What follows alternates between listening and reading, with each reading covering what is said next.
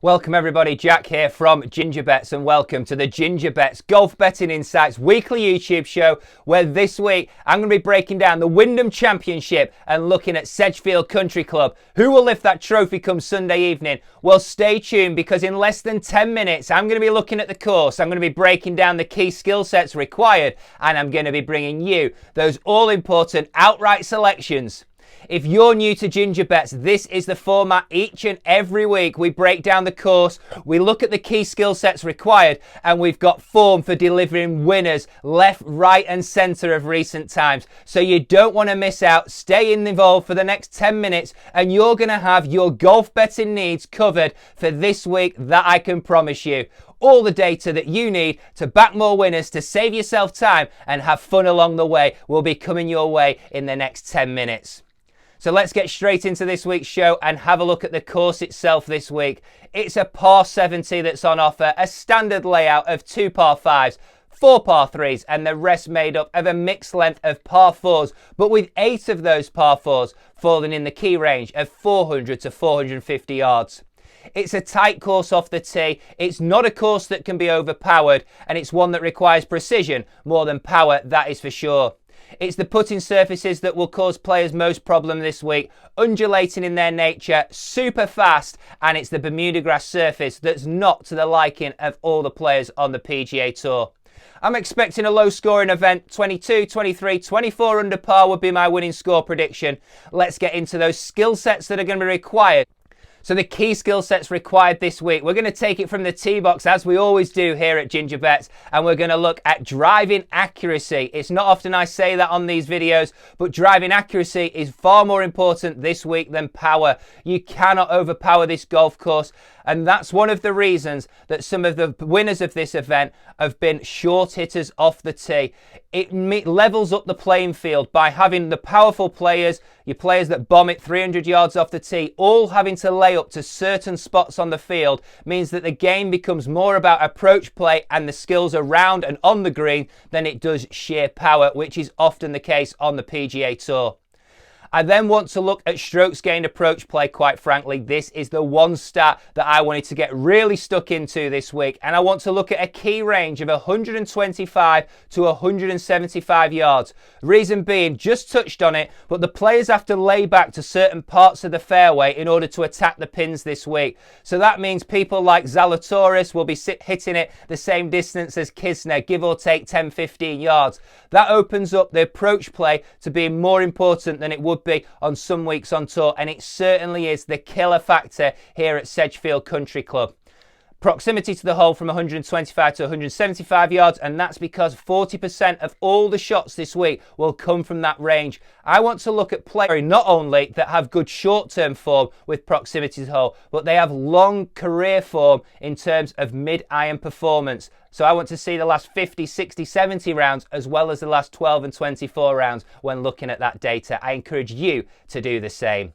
I then want to look at par 4 scoring from that key range, then mid-distance par 4s, 400 to 450 yards. There's because there's 8 each day. That's 32 over the week by my reckoning, and that's a big proportion of the 72 holes that are up for grabs this week. So we want players that have shown they can dominate those mid-range par 4s.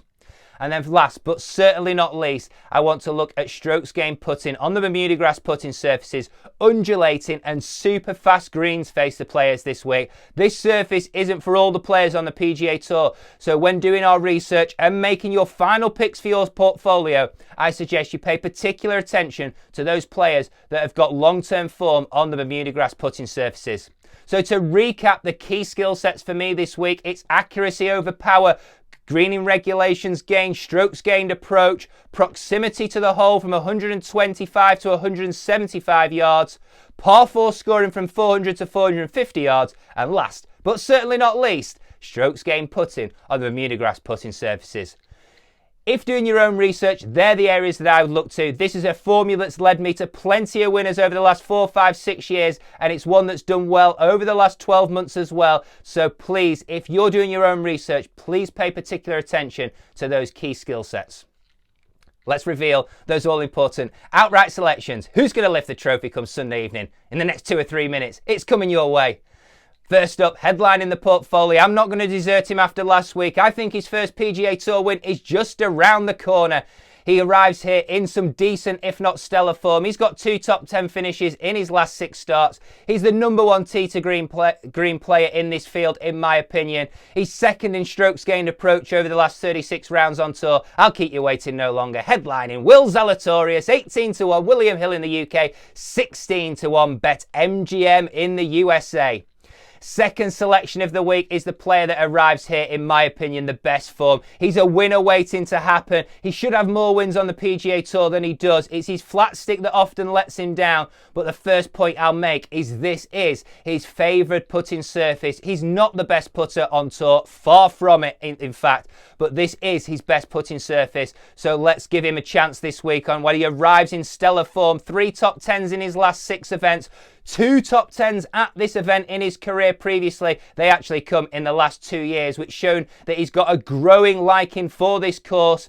His proximity stats are absolutely out of this world, whether you look at 75 to 100, 100 to 125, 125 to 150, or 150 to 175, where 30% of the shots will come from. He ranks in the top 10 in all of them. Second selection of the week, 25 to 1. With BetMGM in the USA, 28 to 1. William Hill in the UK. Russell Henley will be my second selection of the week.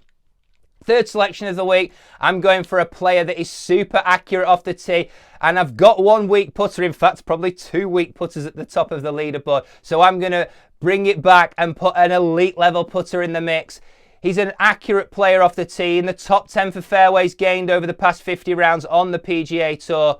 His proximity stats are improving of recent times. He's been gaining half a stroke on the field over his last 5 events with his approach play. If he can putt like he has done in the last 50 rounds of his career, and most certainly on these Bermuda grass surfaces, I believe he'll give himself plenty of chances this week. And at 33 to 1 in the USA with BetMGM, 35 William Hill, Brian Harman will be my third selection of the week. Fourth selection of the week, another player that arrives in absolutely superb form. In fact, the most consistent form of his career, with 3 top 10 finishes in a row. Yep, that's right, 3 top 10 finishes in a row.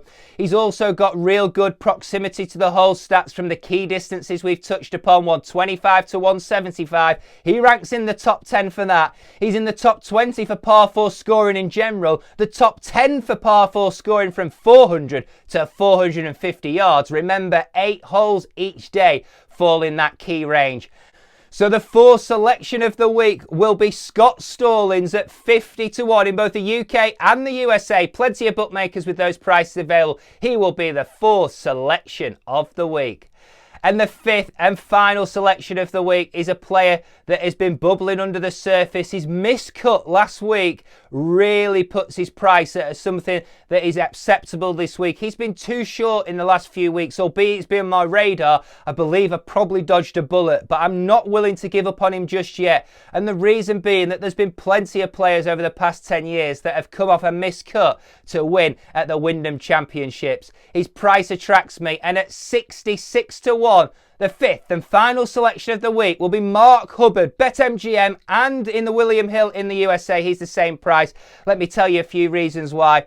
Well, he performs best on low-scoring tracks and easy courses like he faces this week. He's gained strokes with his approach play in 6 of his last 7 events worldwide, and he's gained strokes putting in 7 of his last 8 events worldwide. This is his favoured putting surface. If his iron play remains where it has over the past 2 or 3, 4 weeks, then I'm bound to see him at the top of that leaderboard, in my opinion. Mark Hubbard, 66 to 1, will be the 5th and final selection of the week. Thank you very much for listening. Good luck with all your selections this week. And if you're taking your golf betting more seriously in 2022, then may I encourage you, take a look at the newsletter that's available. All the details in the description box below. It's sure to give you more information to help you make more informed decisions when making golf bets. It's sure to save you time. It's sure to make you more informed. And it's got a proven track record for pointing you in the direction of more winners. So please have a look in the description box and sign up for the new Gingerbets Golf Betting Insights weekly newsletter direct to your inbox, free of charge right now. So don't miss out on that unbelievable opportunity. Thank you very much for listening. Good luck with your wagers, and I'll be back next week to preview the start of the FedEx Cup playoffs. Bye from me.